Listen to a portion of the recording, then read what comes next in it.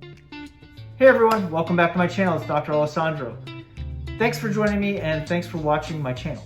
So, we're getting close to 100 videos produced.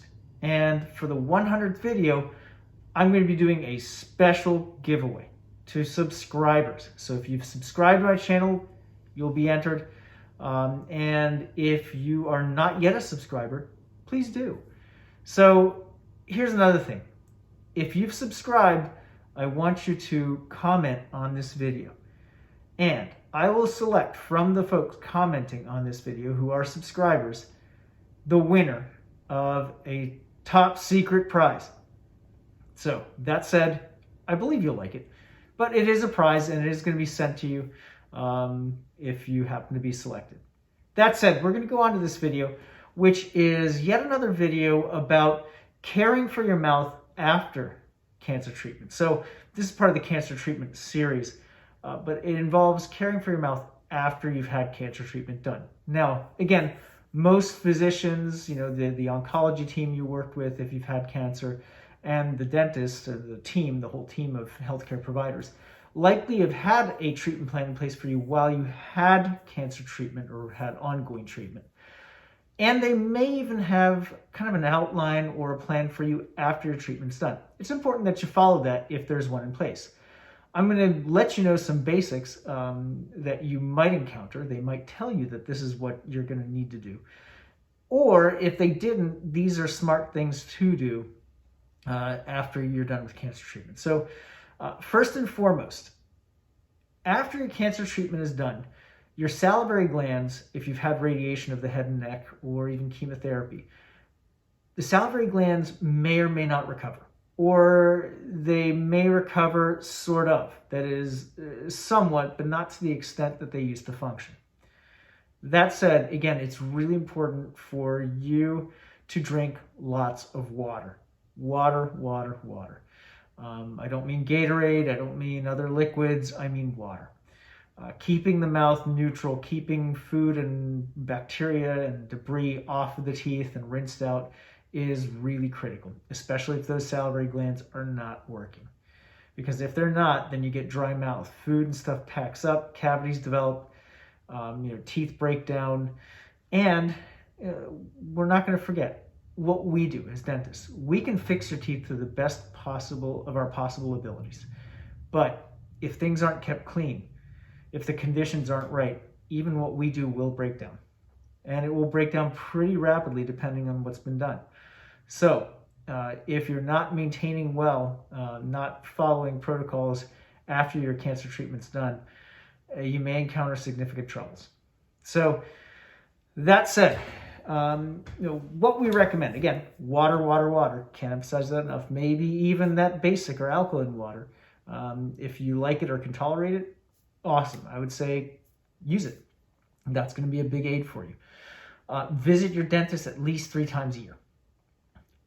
I'm going to say that, and maybe your oncology team and dentist and that group of healthcare providers in that specific team have said that. I'm going to say at least 3 times for checkups. Possibly more, depending on how much loss of salivary gland function you had. But you want to stay on top of things because without saliva, your teeth can rapidly degenerate if there's a lot of food and bacteria and a lot of decomposition. So, at least 3 times a year, you should see your dentist, maybe even more.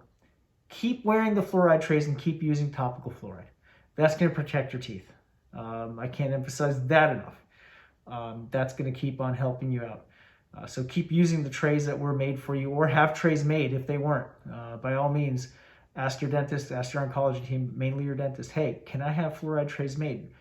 Because that's going to be a big help for you. Again, water, water, water. I may as well just say that after every step. The more water you drink, the more you clean out your mouth, the better it is. Brush your teeth at least 3 times a day, at least, if not more. If you can brush 4 or 5 times a day, hey, that's great. Extra soft bristle toothbrush, whatever you can tolerate, but the cleaner you can keep things, the better. Floss, either floss, water floss, or both. You may be even doing it 2 or 3 times a day. Anything to protect your teeth. So again, it all depends. I mean, if you've recovered salivary function completely, maybe you don't need to do all of this. But these are extra steps that will help protect your teeth no matter what, whether or not you've lost salivary function.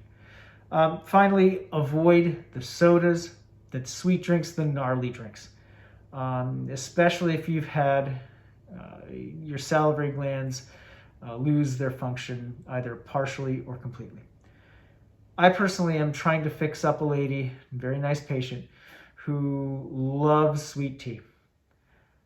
It's like putting Humpty Dumpty back together again every time. We'll fix something and then another piece will break off because there's decay. We'll fix something, break off, and we ask, have you cut your sweet tea out? Have you removed? Nope, she will not cut out the sweet tea. And she will not brush and floss like she should. She's gotten better about brushing, but not quite about flossing. So we're fighting a battle and we're hoping to get the upper hand, but we need her help, and we would just ask that you cooperate too. Make sure you're keeping everything clean, because if you don't, then you're going to be fighting a very frustrating battle, and every time you go to a dentist, there's going to be more stuff that needs to be done, and I'm sure that that's not on your to-do list, and that's really not on our to-do list.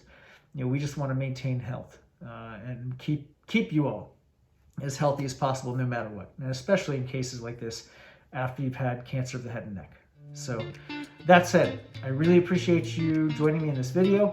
Thank you so much. Thank you so much for all your support during these past 16 months. And hope you're all staying well and healthy, and keep drinking that water. Take care.